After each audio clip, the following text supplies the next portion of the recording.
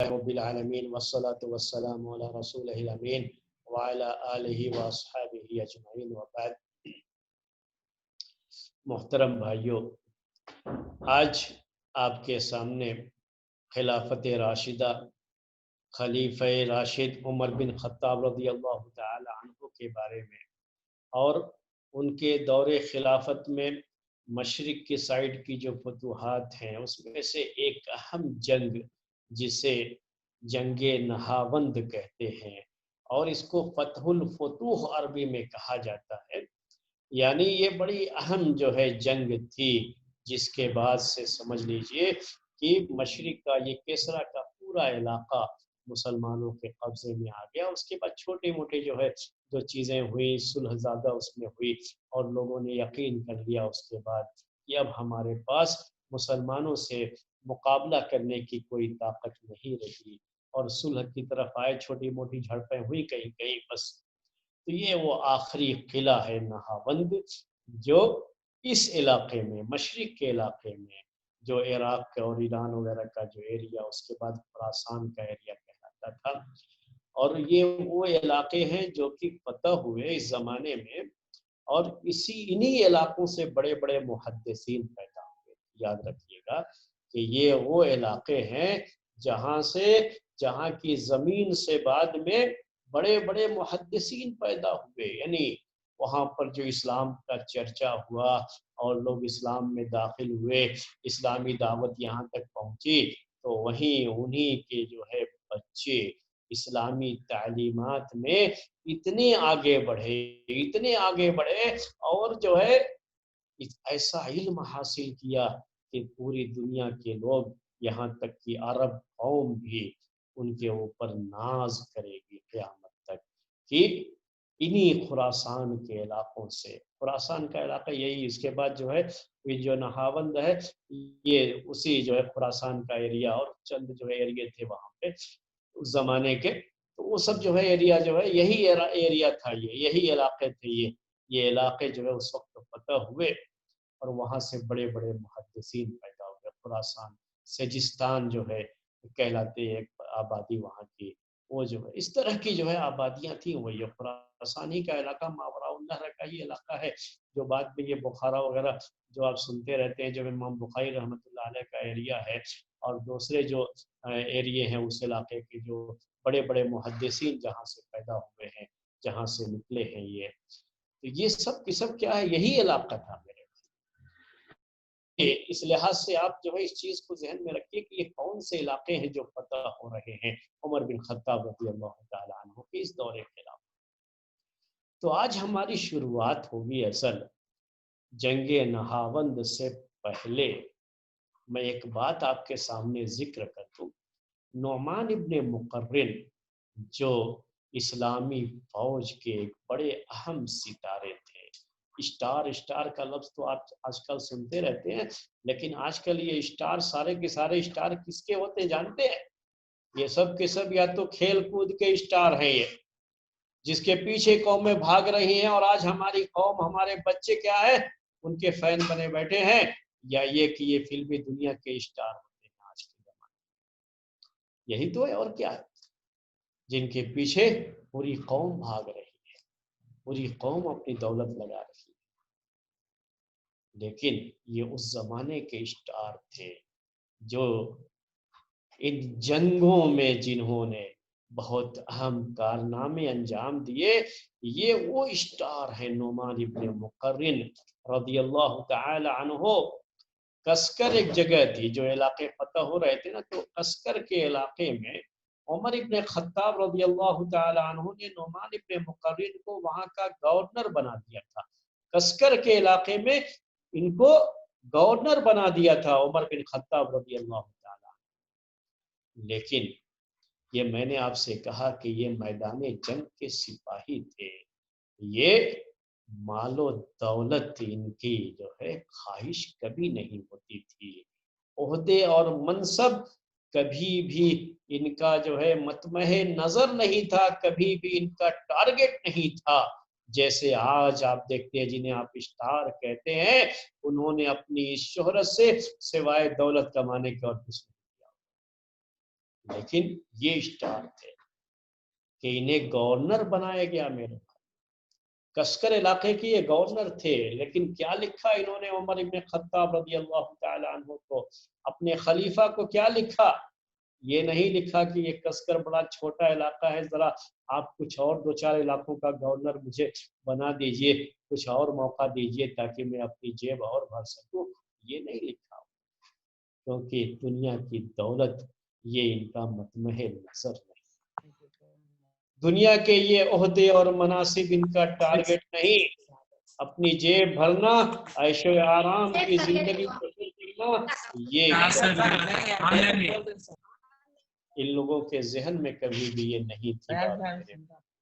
ایسا کچھ بھی نہیں تھا. یہ وہ قوم تھی جو اللہ کے لیے جیتی تھی، اللہ کے لیے، اللہ کے دین کے لیے، اللہ کے دین کو بلند کرنے کے لیے یہ جو ہے اپنا جو ہے سب کچھ قربان کرتے تھے. اللہ کے لیے یہ لوگ اللہ کے لیے رہتے تھے، اسی لیے ان کو گورنری یہ پسند نہیں تھی. یہ کیا چاہتے تھے؟ میں میدان جنگ میں جاؤں اور میدان جنگ میں جا کر کے دشمن کے دانت کھٹے کروں، جا کر کے وہاں دشمن سے مقابلہ کروں. فوجی آدمی چاہتے تھے کہ جو ہے یہ حدوں کی حفاظت کریں، چاہتے تھے کہ دشمنوں سے جا کر کے لڑیں. یہ خواہش تھی نعمان ابن مقرن کی. لیکن اپنی اس خواہش کا انہوں نے اظہار کیسے کیا؟ اصل میں یہ بات آپ کے سامنے پیش کرنا چاہتا ہوں. نہاوند کی جو جنگ ہے، اس جنگ کے ذکر سے پہلے میں یہ چاہتا ہوں، کیونکہ اس جنگ کے ہیرو ہیں یہ نعمان ابن مقرن رضی اللہ تعالی عنہ، اس جنگ کے ہیرو ہیں. تو پہلے ان کی نفسیات کیا ہے، میں آپ کو ان کی جو ہے نفسیات کیا ہے میں آپ کو بتانا چاہتا ہوں، اور کیسے اس زمانے میں مسلمان دنیا پر فتح پاتے تھے، ان کی نفسیات اور سوچ کیا تھی اس زمانے کی. اصل میں وہ کہنا چاہ رہا ہوں آپ سے. تو انہوں نے عمر ابن خطاب رضی اللہ تعالی عنہ کے پاس خط لکھا اور کہا کہ مثلی و مثل کسکر کا مثل رجل شاب وإلى جانبه مومسة تلون له وتعطر. کہا کہ میری مثال اور کسکر کی مثال، عمر رضی اللہ تعالیٰ عنہ کو لکھا کہ میری مثال اور اس کسکر کی مثال جہاں کا میں گورنر ہوں، یہ مثال ایسے ہے جیسے کوئی ایک نوجوان آدمی ہو، نوجوان شخص ہو، اور اس کے بغل میں کوئی فاحشہ عورت ہو. مومسہ عربی میں کہتے ہیں کہ جن کو ہم اردو میں طوائف کہتے ہیں، یعنی جو پیشہ کرتی ہیں، اپنی عزت کا سودا کر کے پیسہ کماتی ہیں. تو ایسی عورتوں کو جو پیسے کے لیے زنا کرواتی ہیں، ان کو مومسہ کہا جاتا ہے. تو یوں سمجھ لیجئے، کہا انہوں نے، نعمان ابن مقرن نے لکھا کہ میری مثال اور کسکر جس کا آپ نے مجھے گورنر بنایا، ان کی مثال کیا ہے کہ جیسے ایک نوجوان آدمی ہے اور اس کی جو ہے بغل میں ایک فاحشہ عورت، جس نے تلون لہ وتعطر، جو پورے طریقے سے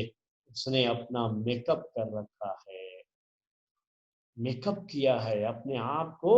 عطر میں ڈبو لیا ہے، جو ہے سینٹ وغیرہ میں بالکل بسی ہوئی ہے، خوشبو ہے، سینٹ ہے، اور ہر طرح سے اس نے زینت اختیار کیا ہے، اور اپنا جو ہے اپنے آپ کو زنا کے لیے پیش کرنے کے لیے ہر طرح سے تیار ہے. آج کی زبان میں کہنا ہو اردو کے محاورے میں تو 16 سنگھار کر کے گناہ کی دعوت دینے کے لیے کھڑی ہے. اور بغل میں کون ہے؟ نوجوان شخص ہے، جن کی یہ شہوتیں بھی شباب پر ہوتی ہیں، جوان ہوتی ہیں، جو کبھی بھی اس طرح کی جو ہے زناکاری کی طرف جن کا دل مائل ہو سکتا ہے. عورت اسے اپنی طرف دعوت دے رہی ہے. تو کہا یہی میری مثال اور کسکر کی مثال ہے. سوچئے یہ مثال جو کیا ہے، کیا بات ہے یہ میرے بھائیوں، سوچئے ذرا اس چیز کو. بات کیا ہے یہ بات یہ ہے کہ کسکر جو علاقہ تھا جہاں کے یہ گورنر تھے، بڑی جو ہے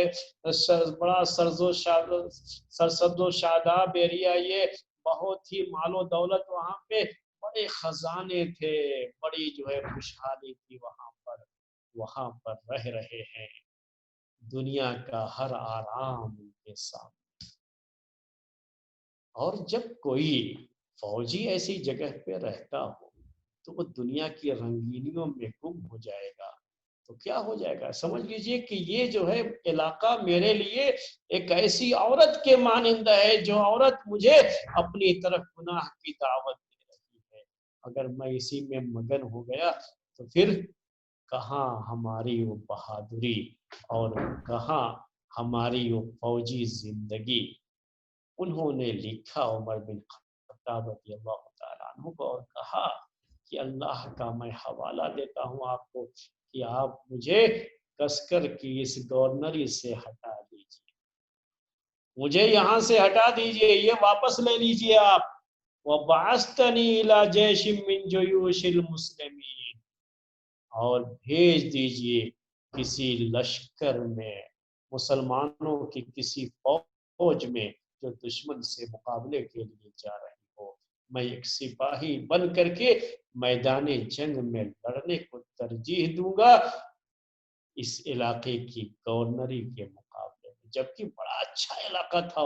جہاں کے یہ گورنر تھے۔ یہ ہے دیکھیے نفسیات۔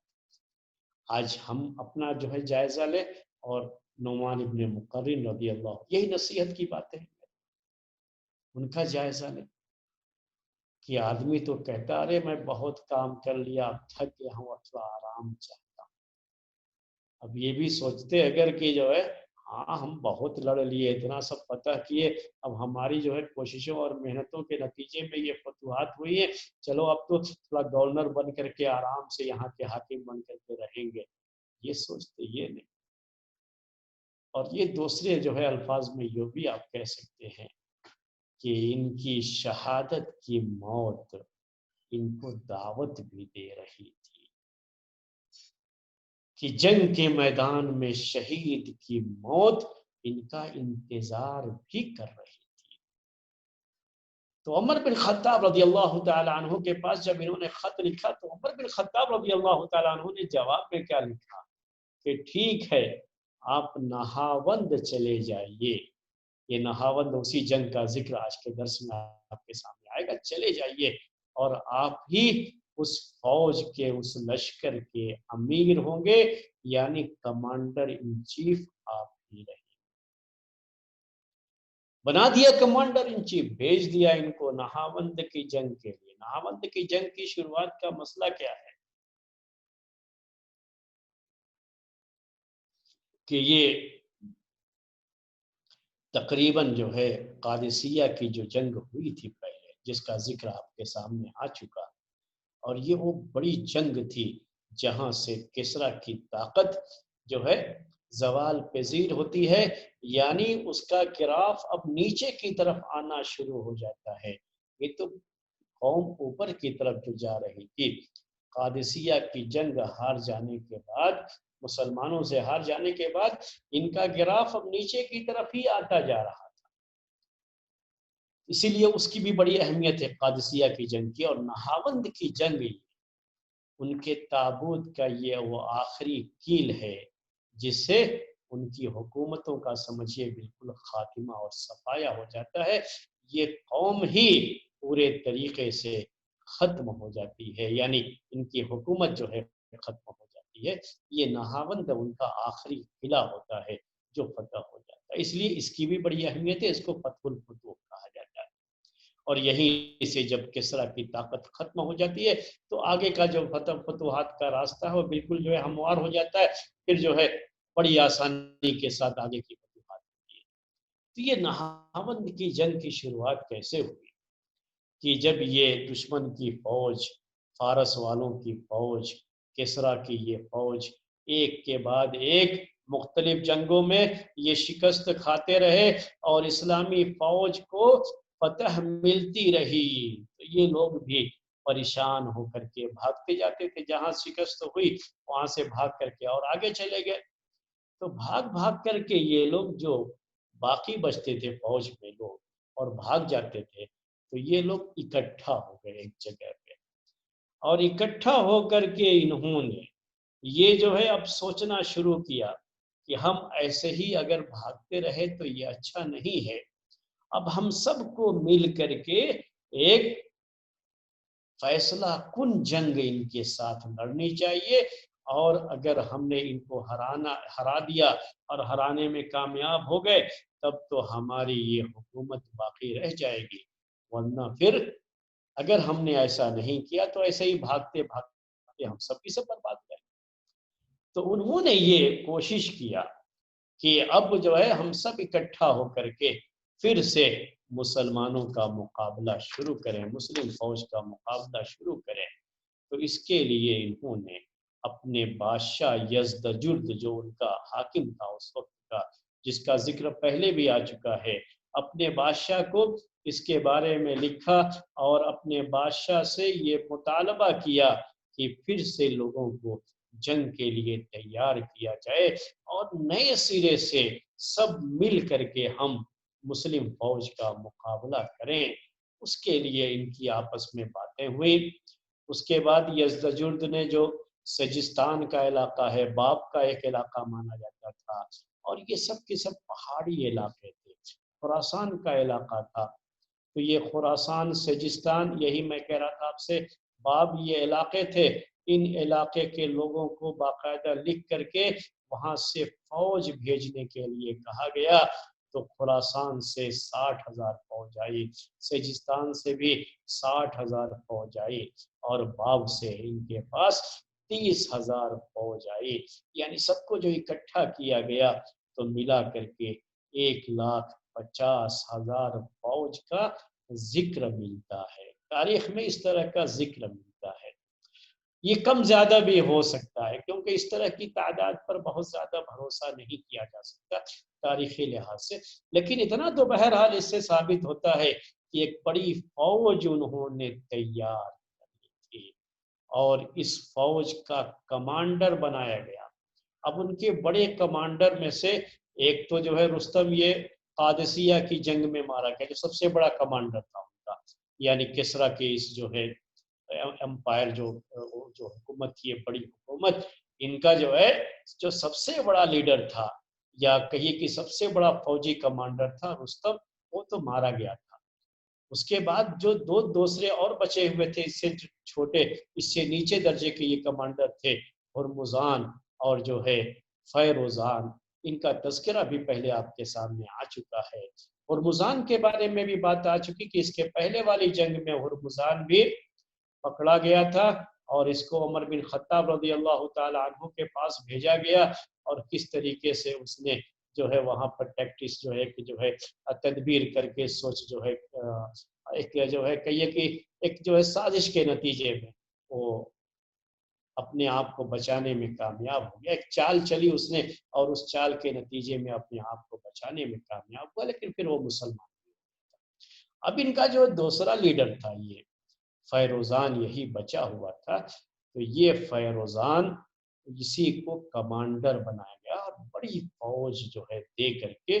اسے جو ہے فوج کا کمانڈر بنا کر کے مسلمانوں کے لیے، مسلمانوں سے لڑنے کے لیے اس کو متعین کیا گیا۔ اب ادھر کیا کیا چیزیں چل رہی ہیں، اسلامی فوج اور اسلامی جو ہے حاکم جو ہوتے تھے، ان علاقوں کے جو گورنر ہوتے تھے، ان کی ذمہ داریاں تھیں کہ وہ ہر طرح کی خبر رکھیں، بے فکری کے ساتھ نہ رہیں، بلکہ ہر چیز کی خبر رکھیں، یہ بہت ضروری ہوتا ہے۔ حکومتوں کی بقا کے لیے یہ بہت ضروری ہوتا ہے کہ کہاں کیا ہو رہا ہے، ہر چیز کی خبر رکھی جائے۔ تو سعد بن ابی وقاص رضی اللہ تعالی عنہ جو کہ کوفے کے گورنر تھے، ان کو اس چیز کا علم ہوا کہ یہ لوگ پھر سے جو ہے فوج اکٹھا کر رہے ہیں، اور سب کو اکٹھا کر کے بڑی فوج جمع کر کے یہ ہمارے مقابلے کے لیے تیار ہو رہے ہیں۔ تو انہوں نے عمر بن خطاب رضی اللہ تعالی عنہ کو خط لکھا مدینے میں، اور ان سے مشورہ طلب کیا کہ ہم کیا کریں، آپ ہمارے لیے اس سلسلے میں گائیڈ لائن وہاں سے بھیجیے۔ عمر رضی اللہ تعالی عنہ مسئلہ بہت نازک تھا، تو انہوں نے بھی وہاں پہ مشورہ کیا صحابہ سے، اکیلے کچھ بات طے نہیں کی، بلکہ صحابہ میں جو اہل رائے لوگ تھے، مشورے کے جو والے لوگ تھے، ان کو اکٹھا کیا اور اکٹھا کر کے ان سے مشورہ کیا۔ مشورہ کرنے کے بعد یہ طے ہوا کہ نہاوند جہاں اب یہ جو ہے کسریٰ کی فوج پھر سے اکٹھا ہو رہی ہے مسلم جو ہے فوجوں کا مقابلہ کرنے کے لیے، تو یہ طے کیا گیا اس مشورے میں کہ باقاعدہ نہاوند کی فتح کے لیے، اس جنگ کے لیے فوج تیار کی جائے اور بھیجا جائے باقاعدہ، اور اس جنگ کا اس جو ہے فوج کا کمانڈر بنایا نعمان ابن مقرن مزنی کو، جن کا ابھی تذکرہ میں نے آپ سے کیا تھا کہ یہ کسکر کے گورنر تھے، لیکن انہوں نے خواہش ظاہر کی تھی عمر رضی اللہ تعالیٰ عنہ سے کہ ان کو فوج میں بھیجا جائے، یہ یہاں گورنر بن کر کے رہنے کے لیے راضی، تو ان کو عمر رضی اللہ تعالیٰ عنہ نے نہاوند کی جنگ کے لیے مسلم فوج کا کمانڈر بنایا۔ یہ بڑے کمانڈر یہی بنائے گئے، نعمان ابن مقرن پوری فوج کے کمانڈر تھے، اور تقریباً جو ہے 30,000 یا اس سے کچھ زیادہ رہے ہوں گے، اسی لگ بھگ جو ہے اسلامی فوج تھی، اور اس فوج کے کمانڈر تھے نعمان ابن مقرن مزنی۔ اس کے علاوہ کوفے سے جو فوج آئی تھی اس کے کمانڈر، یہ ہم کہہ سکتے ہیں بٹالین جو ہے الگ الگ علاقوں سے جمع جو فوج جو ہے بھیجی جاتی تھی لڑائی کے لیے، تو کوفے سے جو لشکر آیا تھا، جو بٹالین آیا، اس میں اس کے جو ہے حذیفہ بن یمان اس کے کمانڈر تھے، اور جو بصرہ والوں کی طرف سے آیا اس میں ابو موسیٰ اشعری رضی اللہ تعالی عنہ اس کے کمانڈر تھے، جو فوج وہاں سے آئی، اور مہاجرین اور انصار کی جو فوج تھی عبداللہ بن عمر رضی اللہ تعالی عنہما، یہ اس کے جو ہے لیڈر تھے ایک طرح سے۔ وہاں پر یہ بات بھی ہوئی کہ باقاعدہ جو ہے جو علاقہ ہے اس علاقے کے لوگوں کے تعلق سے پورے طریقے سے معلومات حاصل کر لی جائے، اور پوری معلومات حاصل کر کے نعمان ابن مقرن کی کمانڈری میں یہ لوگ فوج لے کر کے نہاوند کی طرف چلے۔ وہاں پر یہ جو کسریٰ کی فوج تھی، فیروزان جن کا جو ہے کمانڈر تھا، کمانڈر فوج کا، نہاوند یہ ایک بڑا جو ہے ایسا شہر تھا، ایسا قلعہ تھا وہاں پر کہ اس کو فتح کرنا آسان نہیں تھا۔ ایک تو یہ علاقہ پہاڑی علاقہ ہوتا تھا، چاروں طرف سے پہاڑ، جن پہاڑی راستوں سے گزر کر کے وہاں جانا آسان نہیں۔ اس کے علاوہ جو ہے اس قلعے سے پہلے بہت بڑی کھندق تھی وہاں پر۔ کھندق کیا ہے؟ زمین میں گڑھا جو ہے کھود کر کے، کہ آسانی سے آپ پار کر کے جا نہیں سکتے، آپ اتریں گے چڑھیں گے تب تک ادھر دشمن کی فوج جو دوسری سائڈ میں ہے وہ تیروں سے چھلنی کر دے گی، تو آسان نہیں تھا کہ اس خندق کو پار کر کے جا کر کے ان سے مقابلہ کیا جائے۔ یہ ایک بڑی مشکل جنگ تھی اس لحاظ سے، اور یہ ان کا بڑا محفوظ قلعہ مانا جاتا تھا کسریٰ والوں کا، نہاوند کا یہ قلعہ جب اسلامی فوج پہنچی ہے نہاوند کے علاقے میں، تو وہاں پہنچنے سے پہلے ہی یہ بھی شکل ہوتی تھی، یہ بھی کام ہوتا تھا کہ پہلے کچھ لوگوں کو آگے بھیج لیا جاتا تھا تاکہ وہ آگے جا کر کے معلوم کریں کہ آگے راستہ مامون ہے یا نہیں، یعنی سیف راستہ آگے ہے یا نہیں، آج کی زبان میں کہنا ہو تو سیف راستہ ایسا نہیں کہ کئی لوگ چھپے ہوئے ہوں، ہم ایسے بڑھتے جائیں اچانک ہمارے اوپر حملہ ہو جائے، تو بہت جو ہے پھونک پھونک کر کے قدم رکھا جاتا تھا، یہ طریقہ تھا ان لوگوں کا۔ تو نعمان ابن مقرن رضی اللہ تعالی عنہ نے کیا کیا اس سلسلے میں کہ نہاوند کی طرف جو راستہ جا رہا تھا وہاں 3 جو ہے لوگوں کو بھیجا، ایک طلحہ بن خویلد اسدی، عمر بن ابی سلمہ اور عمر بن معدی کریم زبیدی، ان تینوں کو جو ہے بھیجا کہ جاؤ راستہ جو ہے الگ الگ جو ہے وہ راستہ دیکھ کر کے آؤ کہ آگے راستہ ٹھیک ہے یا نہیں، اگر کہیں کچھ خطرہ ہوا تو اکیلے ہی نہیں کی جان جائے گی، کوئی مسئلہ نہیں ہوگا زیادہ پوری قوم کا، لیکن اگر خطرہ نہیں ہوا ہے تو آپ آسانی سے آگے بڑھ سکتے ہیں۔ طلحہ بن خویلد اسدی آگے بڑھے تو پھر وہ واپس آ گئے،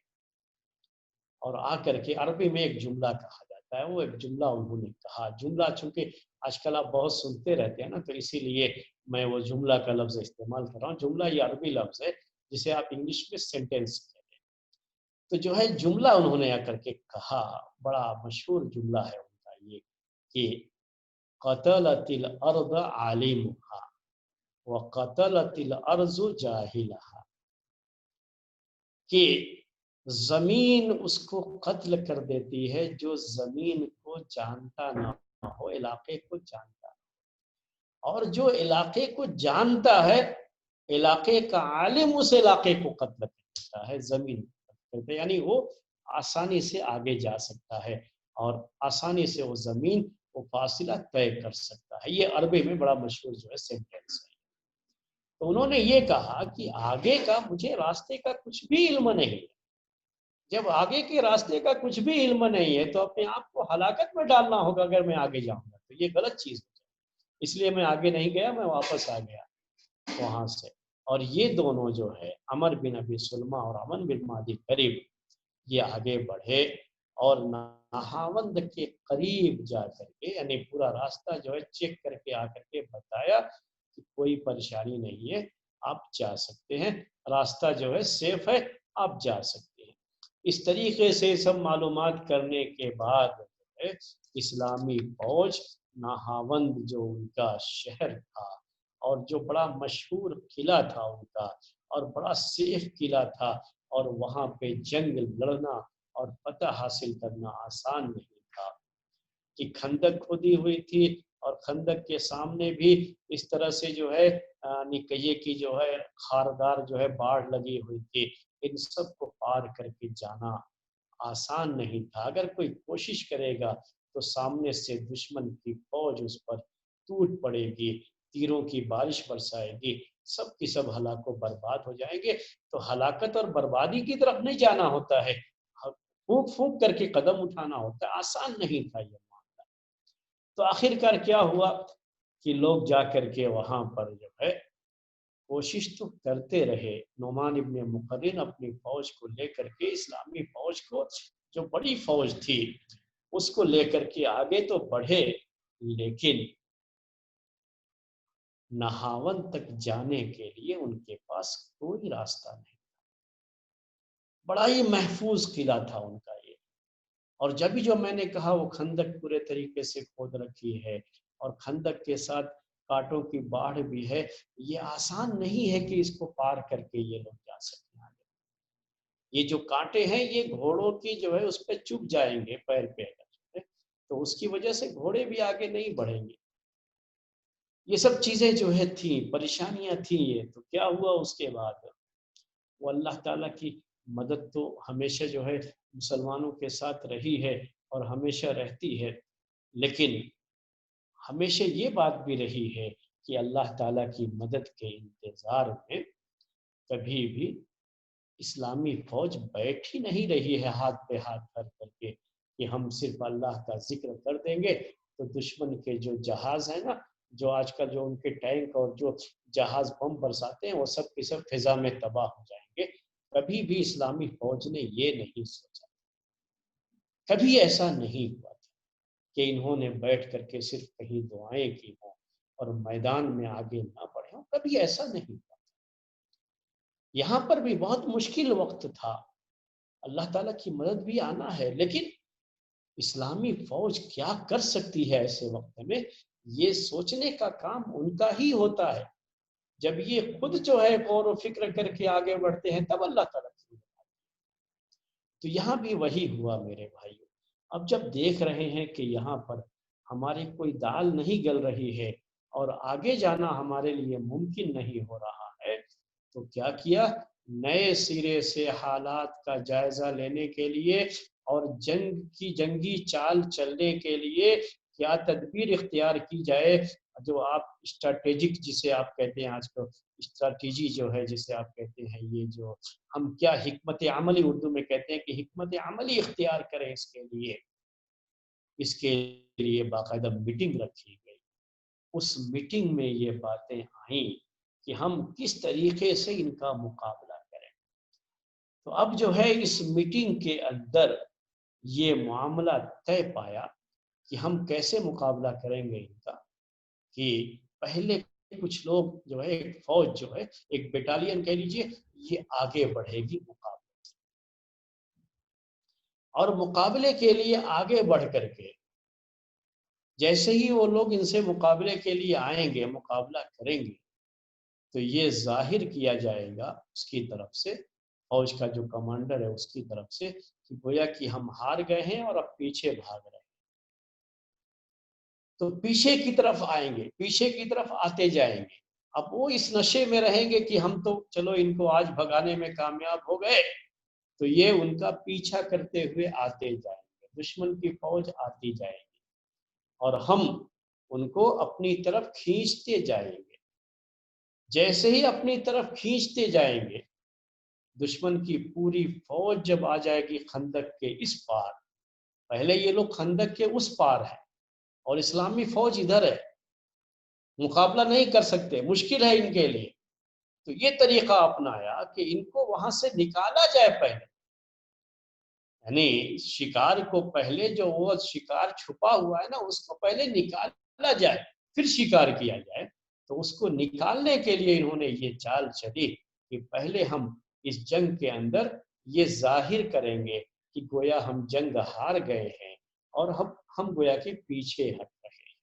تو پیچھے ہٹتے جائیں گے، وہ یہ سمجھتے ہوئے کہ ہم فتح پا گئے ہیں، ہمارا پیچھا کریں گے۔ جب وہ پیچھا کرتے ہوئے آگے آ جائیں گے اور خندق سے ذرا دور آ جائیں گے، تب یکایک جو فوجیں چھپی ہوئی ہیں وہ ساری فوج نہیں اس میں شریک ہوگی، اچانک چاروں طرف سے ان کے اوپر حملہ ہو گے۔ یہ حکمت عملی تیار کی گئی۔ دیکھیے جو ہے یہ رہا ہے ہمیشہ سے اسلامی دور خلافت میں یہ چیزیں رہی ہیں، جتنی بھی ان کے پاس طاقت تھی اور جیسی کچھ بھی جنگ کی صلاحیت تھی، اسی کو کام میں لاتے ہوئے وہ حکمت عملی تیار کیا کرتے تھے۔ اس پورے جو فوج بھیجی جائے گی اس پورے جو ہے کام کے لیے، اس کے کا جو ہے کمانڈر متعین کیے گئے کون؟ قعقاع بن عمرو رضی اللہ تعالی عنہ، اس کے یہ کمانڈر متعین کیے گئے۔ قعقاع بن عمرو بہت مشہور، یہ بھی یہ خالد بن ولید رضی اللہ تعالی عنہ کی طرح کے یہ بڑے فوجی جرنیل تھے، اور بڑی مہارت رکھتے تھے، جنگی مہارت بہت رکھتے تھے۔ یہ بھی قعقاع بن عمرو، خالد بن ولید رضی اللہ تعالی عنہ کی شہرت تو آپ جانتے ہی ہیں کہ جنگ کی میدان میں ان کی کیا شہرت تھی، اب کیسے جنگی چالیں چلا کرتے تھے۔ یہاں قعقاع بن عمرو نے اسی طرح سے یہ اس کے جو ہے لیڈر بنے، اس فوج کے کمانڈر بنے، اور ان کی کمانڈری میں فوج کا ایک حصہ صرف آگے بڑھا مقابلے کے لیے، اور جو پہلے سے طے تھا کہ یہ لوگ پیچھے آتے جائیں گے، اور نعمان ابن مقرن جو کہ کمانڈر ان چیف تھے پورے فوج کے، جو اصل کمانڈر تھے، یہ بڑے کمانڈر، انہوں نے دوسرے لوگوں کو یہ بالکل جو ہے کہہ رکھا تھا کہ آپ لوگ تیار رہیں گے، چھپے ہوئے رہیں گے، تیار رہیں گے، جیسے ہی وہ آ جائیں گے آگے کی طرف ویسے ہی اچانک سب کو حملہ کر دینا ہے۔ یہ جو ہے طریقہ اپنایا گیا، یہ پہلی مرتبہ ایسا طریقہ۔ یہی کہتے ہیں لوگ کہ نت نئی چیزیں ہوتی ہیں جو تجربے کرتے ہیں، اور جو اس طرح کے تجربے کامیاب ہوتے ہیں۔ یہاں وہی حکمت عملی کیا ہوئی؟ کامیاب ہو گئی اس کو فتح کرنے کے لیے۔ کیا ہوا اس کے بعد کہ باقاعدہ اسی طرح سے ترتیب دی گئی چیز، فوج کو جو ہے ترتیب دیا انہوں نے، اور جو ہے قعقاع بن عمرو کی قیادت میں ان کی سپہ سالاری میں یہ فوج آگے بڑھی، اور پھر جو ہے فوج آگے بڑھی، مقابلہ ہوتا رہا، اور یہ لوگ ایسے ہی ظاہر کرتے رہے کہ ہم ہار گئے ہیں، اور پیچھے ہٹنا شروع کر دیے۔ دشمن جو کئی سالوں، تقریباً 4 سال کا یہ زمانہ گزر چکا تھا، یاد رکھیے قادسیہ کی جنگ اور یہ نہاوند کی جنگ کے درمیان ہم جو درس دے رہے ہیں نا، تو یہ جو ہے 2-3 درس کی بات ہے یہ آپ کے سامنے، تو آپ سمجھیں گے کہ شاید جو ہے یہ 2-3 دن کا ہی معاملہ ہو، ایسا نہیں ہے۔ یہ کیا ہے، کتنا عرصہ گزر گیا؟ 4 سال کا۔ 4 سال سے یہ قوم کسی فتح کو ترسی ہوئی تھی، اور یہی سوچ رہے تھے، فتح کو ترسی ہوئی تھی۔ اب جو دیکھا تھوڑا سا کہ یہ پیچھے ہٹ رہے ہیں، تو سمجھ لیجئے کہ ایسا جو ہے یہ قوم اتنا خوش ہو گئی، فتح کو سامنے دیکھ کر کے اتنا خوش ہو گئی، خوش فہمی میں مبتلا ہو گئی کہ چلو اتنے زمانے کے بعد آج ہمیں فتح نصیب ہوئی، آج ہم کامیاب ہو گئے اسلامی فوج کو پیچھے ڈھکیلنے میں۔ اور اس خوشی میں وہ بھول گئے، ان کو یہ یاد نہیں رہا کہ یہ کوئی جنگی چال بھی ہو سکتی ہے، اور یہی اللہ تعالیٰ کی مدد۔ اگر ان کو ایسا احساس ہو جاتا تو ہرگز باہر نہیں آتے تھے، خندق کے باہر اتنی دور آتے نہیں تھے وہ۔ لیکن یہی اللہ تعالیٰ کی مدد ہوتی ہے، اللہ تعالیٰ کی مدد ایسے ہی ہوتی ہے میرے پاس۔ یہی اللہ تعالیٰ کی مدد تھی کہ یہ قوم جو ہے، یہ فارس کی قوم جو بہت مشہور تھی اپنی جنگ کے لیے، فیروزان جو ان کا بڑا فوجی کمانڈر تھا، اور فوجی چالیں چلنا، جنگی چالیں چلنا ان کو بھی کم نہیں آتا تھا، لیکن اللہ تعالیٰ نے ان سے یہ ساری صلاحیت اس وقت چھین لی، اور فتح کے نشے میں ایسا یہ جو ہے فتح کا نشہ ان کے اوپر ایسا چڑھا، ایسا اس میں یہ مشغول ہوئے کہ انہیں احساس نہیں رہا کہ کہیں یہ کوئی جنگی چال تو نہیں ہے جس میں ہم پھنسنے والے ہیں۔ اور حقیقت میں یہ جنگی چال تھی، اور اس جنگی چال کے شکار ہو گئے یہ نہاوند کی فوج، دشمن کی فوج، کسرا کی فوج اس کا شکار ہو گئی۔ اور جیسے ہی یہ لوگ کافی آگے بڑھ گئے خندق سے، اب پیچھے فوری طور پر جانا ان کے لیے ممکن نہ ہو، چاروں طرف سے اسلامی فوج نے ان کے اوپر حملہ کر دیا۔ یہ اچانک جو ان کے اوپر حملہ ہوا، اس اچانک حملے کے لیے وہ تیار نہیں تھے۔ قعقاع بن عمرو نے بڑی کامیابی کے ساتھ، بڑے بڑی چال بازی کے ساتھ جو ہے وہ اپنی فوج کو پیچھے لے کر کے آئے تھے، ان کو احساس نہیں ہونے دیا، اور جب اچانک حملہ ان کے اوپر ہوا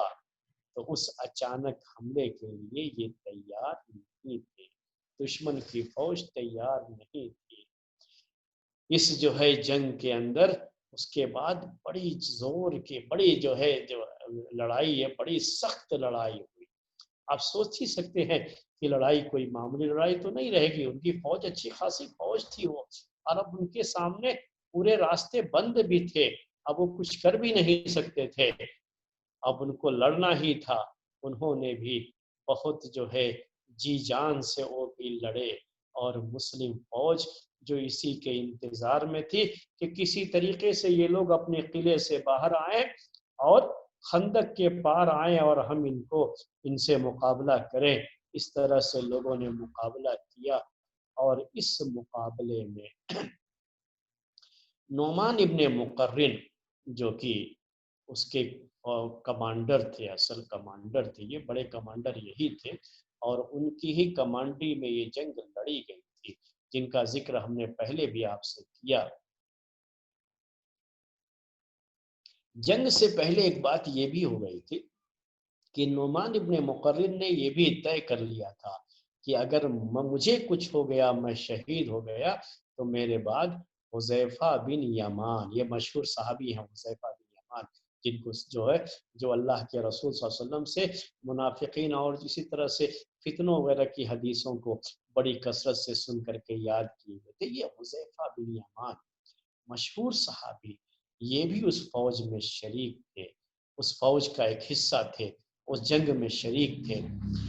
تو حذیفہ بن یمان رضی اللہ تعالی عنہ کے بارے میں کہا تھا نعمان ابن مقرن نے کہ ان کو گورنر، ان کو جو ہے کمانڈر، میرے بعد یہ کمانڈر۔ نعمان ابن مقرن جو بہت بے جگری سے لڑ رہے تھے، بڑی بہادری سے انہوں نے مقابلہ کیا، تو مقابلہ میں جب آگے بڑھے ہو تو وہ شہید بھی ہو گئے اس میں۔ اور دیکھیے اللہ تعالیٰ نے ان کے لیے شہادت کی یہ موت مقرر کی تھی، یہ تو کسکر علاقہ جو تھا اس کے گورنر تھے یہ، لیکن انہوں نے خود جو ہے عمر بن خطاب سے یہ طلب کیا تھا کہ مجھے فوج میں بھیجا جائے، مجھے یہاں کی یہ زندگی پسند نہیں ہے۔ اس طرح سے شہادت کی موت ان کے انتظار تھی۔ شہادت بھی کیسے ہوئی یہ دیکھیے، جو ہے بڑے مشہور یہ کمانڈر تھے، فوجی تھے یہ، اور گھوڑے کی پیٹھ پر سواری کیسے کی جاتی ہے اس کے مشہور شہ سوار بھی تھے۔ لیکن کیا کریں گے آپ، جب کسی کی موت کہیں مقدر ہوتی ہے تو اس کی ساری صلاحیت وہاں پہ ختم ہو جاتی ہے، اور موت کے آگے کسی کا کوئی بس نہیں چلتا۔ نعمان ابن مقرن بھی اپنے گھوڑے کی پیٹھ سے گر گئے تھے۔ یہ بات جو ہے ذہن میں رکھیں، یہی ہوتا ہے، بڑے مشہور شہ سوار تھے یہ، لیکن گرتے ہیں شہ سوار ہی میدان جنگ، گر گئے، اور اس کے بعد ان کی شہادت ہو گئی۔ ان کے بھائی نعیم بن مقرن نے دیکھا ان کو، تو فوراً جو ہے وہ جو اسلامی جھنڈا تھا اس اسلامی جھنڈے کو اٹھایا، اور اٹھا کر کے حذیفہ بن یمان کے ہاتھ میں دے دیا، سونپ دیا، تاکہ لوگوں کو پتہ نہ لگے کہ ان کا کمانڈر شہید ہو چکا ہے، کیونکہ کمانڈر جب شہید ہو جاتا ہے تو اس کا اثر پوری فوج پہ پڑتا ہے۔ تو اس کا جو ہے اس کی خبر نہیں ہونے دیا، پہلے ہی سے طے تھا کہ اگر ان کو کچھ ہو گیا تو حذیفہ بن یمان جو ہے کمانڈر بنیں گے، ان کو کچھ ہو گیا تو پھر دوسرے کمانڈر بنیں گے۔ اس طرح سے حذیفہ بن یمان کے ہاتھ میں یہ کمانڈری آئی تھی، اور انہی کے جو ہے کمانڈری میں یہ فتح بھی ہوئی، یہ فتح حاصل ہو گئی۔ آخر کار وہاں یہ جو ہے جنگ کا یہ میدان بڑا سخت یہ معرکہ رہا، بڑی سخت یہ جنگ رہی، لیکن آخر میں فتح یہ مسلمانوں ہوئی۔ یہ لوگ جو کہ بڑی فوج تھی، ہم نے کہا 1,00,000 سے اوپر ان کی فوج تھی فارس والوں کی، جب یہ لوگ پیچھے جو ہے جب چاروں طرف سے حملہ ہوا تو ان میں سے کچھ لوگ بھاگنا شروع کیے، پیچھے کی طرف بھاگے تو خندق تھی پیچھے، اس میں گر گئے، کتنے ایسے مارے گئے، تو اس طرح سے لاشوں کے ڈھیر لگ گئے تھے وہاں پہ، اور ان کی جو فوجی طاقت تھی یہ اس کی کمر ٹوٹ چکی تھی وہاں پہ۔ وہاں اور تو کوئی خاص جو ہے قابل ذکر بات نہیں رہی، بس اتنا رہا کہ اب لوگوں کو یہ پتا تھا کہ یہاں سے یہ آگے بڑھیں گے، اب یہ بھاگیں گے، جو لوگ بھاگ رہے ہیں یہاں سے، اگر ان کو چھوڑ دیا گیا ایسے ہی، اور ان کا جو کمانڈر ہے خاص طریقے سے فیروزان جو کمانڈر تھا ان کا، یہی ایک جو ہے کمانڈر، بڑا کمانڈر ان کا فوجی کمانڈر بچا ہوا تھا۔ تو قعقاع بن عمرو جو ہم نے آپ سے کہا کہ یہ اسلام کے بہت ہی مشہور اسٹار رہے ہیں، اسلامی فوجی جو کہ اسلامی فوج کے اسٹار جو ہے یہ رہے ہیں، یہ قعقاع بن عمرو انہوں نے دیکھا کہ یہ فیروزان بھی بھاگ رہا ہے، تو انہوں نے یہ سوچا کہ اگر یہ بھاگ گیا، کامیاب ہو گیا، تو بعد میں پھر جو ہے مختلف جگہوں سے فوج اکٹھا کر کے پھر جو ہے ہمارے خلاف اٹھ کھڑا ہوگا یہ، کیونکہ یہ کمانڈر ہے، اس کو پتا ہے کہ کس طرح سے فوج اکٹھا کر کے پھر لڑنا ہے، تو اس طرح سے یہ لوگ ہم کو جنگ میں جھونک دیتے ہیں، پھر اکٹھا ہو گے، پھر جو ہے ہم کو ان سے لڑنا پڑے گا، جنگ کرنی پڑے گی۔ تو انہوں نے اس کا پیچھا کیا کہ ہم فیروزان کا کام تمام کر دیں گے تو جو ہے یہ معاملہ ختم ہو جائے گا، اور اس طریقے سے قعقاع بن عمرو یہ فیروزان کے پیچھے پڑے، پیچھے سے اس کا جو ہے وہ تعاقب کرتے رہے، پیچھا کرتے رہے، یہاں تک کہ اس کا کام تمام کر دیا۔ تو ان کا فوجی جو کمانڈر تھا وہ کمانڈر بھی مارا گیا۔ کمانڈر کے مر جانے کے بعد، ختم ہو جانے کے بعد تو ویسے بھی اب فوج کا کوئی منوبل جو ہے نہیں رہ جاتا ہے، وہ تو بہت ڈاؤن ہو جاتا ہے، اب اس کے لیے لڑنے کی کوئی شکل بھی نہیں رہتی، بھاگے بھی تو کہاں بھاگے۔ اس طرح سے اب ان کے پاس یہ فوجی جو ان کی قوت تھی، اب وہ قوت بالکل ٹوٹ چکی تھی، فیروزان بھی یہاں مارا گیا،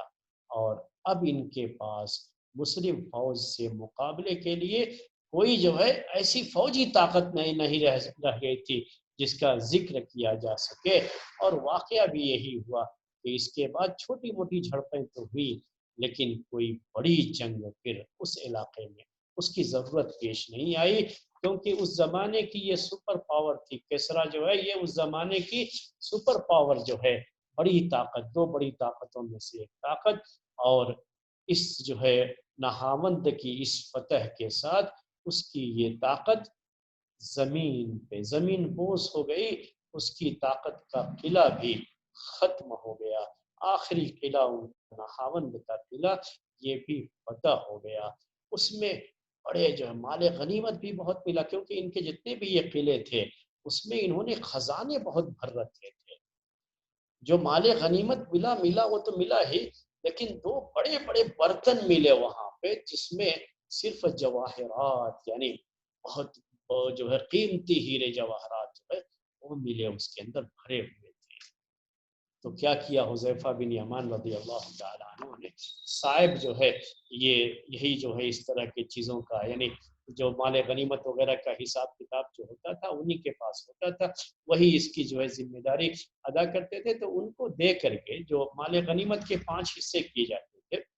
جو مال دشمن کا ملتا تھا اس کے 5 حصے ہوتے تھے، ایک حصہ مدینے میں بیت المال کو بھیجا جاتا تھا اور 4 حصے وہاں فوجیوں میں ہی تقسیم ہو جاتے تھے۔ تو اس طرح سے حذیفہ بن یمان رضی اللہ تعالی عنہ نے کیا کیا، اس کو جو ہے جو یہ دو بڑے بڑے جو ہے برتن تھے ہیرے جواہرات سے بھرے ہوئے، ان کو بھی مدینہ بھیج دیا۔ اب مدینہ یہ پہنچا ہے تو عمر رضی اللہ تعالی عنہ کی کیا کیفیت ہوتی ہے، جس میں ہمارے لیے نصیحت کی بڑی باتیں ہیں میرے بھائیوں، اور نفس کا بڑا تزکیہ ہوتا ہے اس میں۔ وہ کیا ہے، ہم چاہیں گے کہ اگلے درس میں ایک مستقل درس میں آپ کے سامنے میں یہ پورا جو ہے یہ شعور، یہ احساس عمر رضی اللہ تعالی عنہ کا جو وہ انداز ہے، الفاظ کے جامع میں اس کو الفاظ کی شکل میں آپ کے سامنے بیان کرنے کی کوشش کر سکوں۔ تو آئندہ ہفتے کے لیے ہم اسے رکھتے ہیں، آج کا وقت بھی ختم ہو گیا ہے، تو تاریخ کا یہ درس ہم یہیں پر ختم کرتے ہیں۔ آج کا یہ درس ختم کرتے ہوئے ہم جو ہے یہ بھی آپ سے کہتے ہیں کہ آگے ہماری ایک عربی کی کلاس ہوگی، آپ اگر خواہش رکھیں تو اس میں شرکت کر سکتے ہیں۔ سبحانک اللہم و بحمدک، اشہد ان لا الہ الا انت، استغفرک و اتوب